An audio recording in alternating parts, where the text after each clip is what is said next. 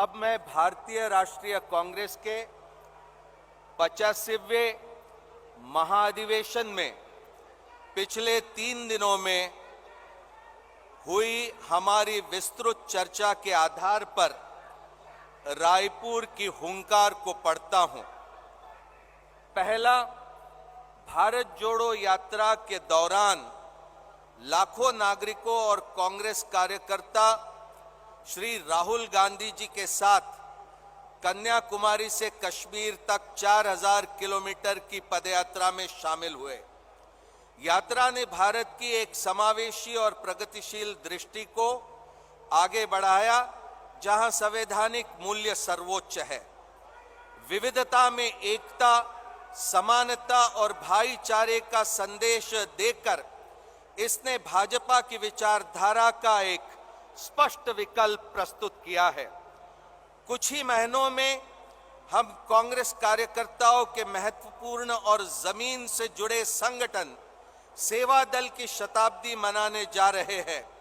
यहां हमारे जनसंपर्क कार्यक्रमों में नई ऊर्जा फूंकने का अवसर होगा।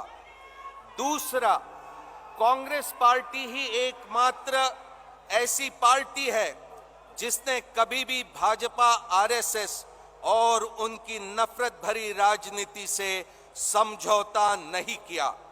हम हमेशा भाजपा की तानाशाही, सांप्रदायिक राजनीति और उसके पश्चात पूर्ण पूंजीवादी आक्रमण के खिलाफ अपने राजनीतिक मूल्यों की रक्षा के लिए लड़ते रहेंगे।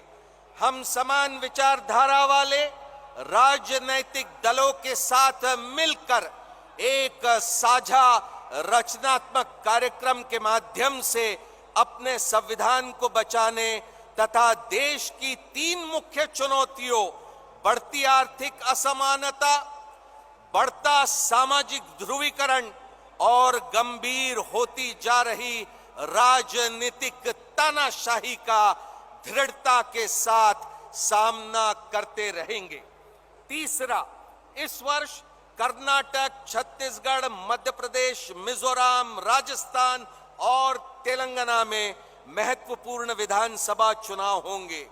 हमारी जीत सुनिश्चित करने के लिए पार्टी कार्यकर्ता और नेताओं को अनुशासन, एकजुटता और पूरी एकता के साथ काम करना चाहिए। इन चुनावों के नतीजे 2024 के सबसे महत्वपूर्ण लोकसभा चुनाव की दिशा तय करेंगे।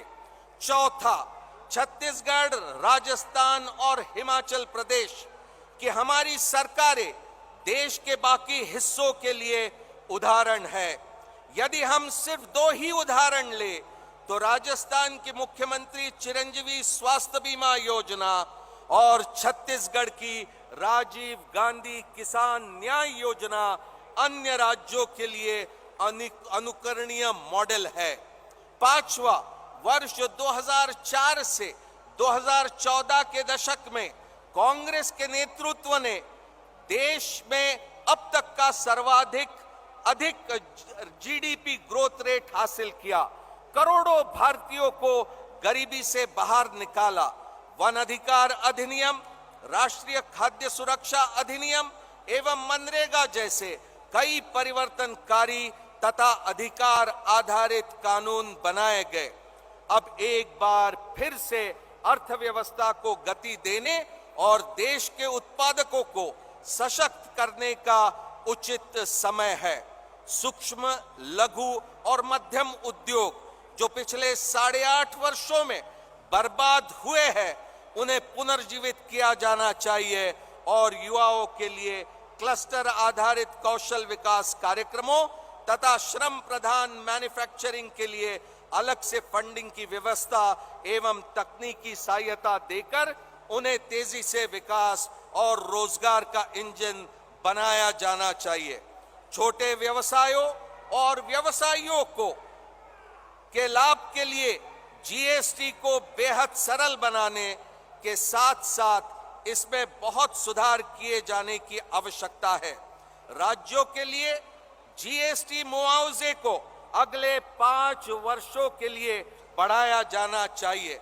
उत्पादन के बजाय किसानों और कृषि श्रमिकों को केंद्र में रखने के लिए कृषि नीतियों और सुधारों को नई दिशा दी जानी चाहिए।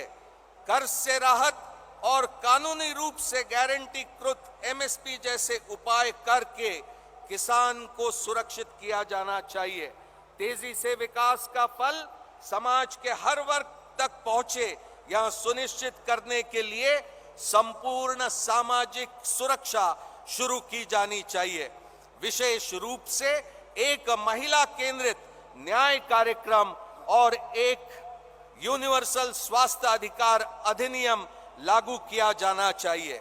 सामाजिक न्याय की नींव को मजबूत करने के लिए जाति जनगणना महत्वपूर्ण है और यह काम बिना देर किया जाना चाहिए।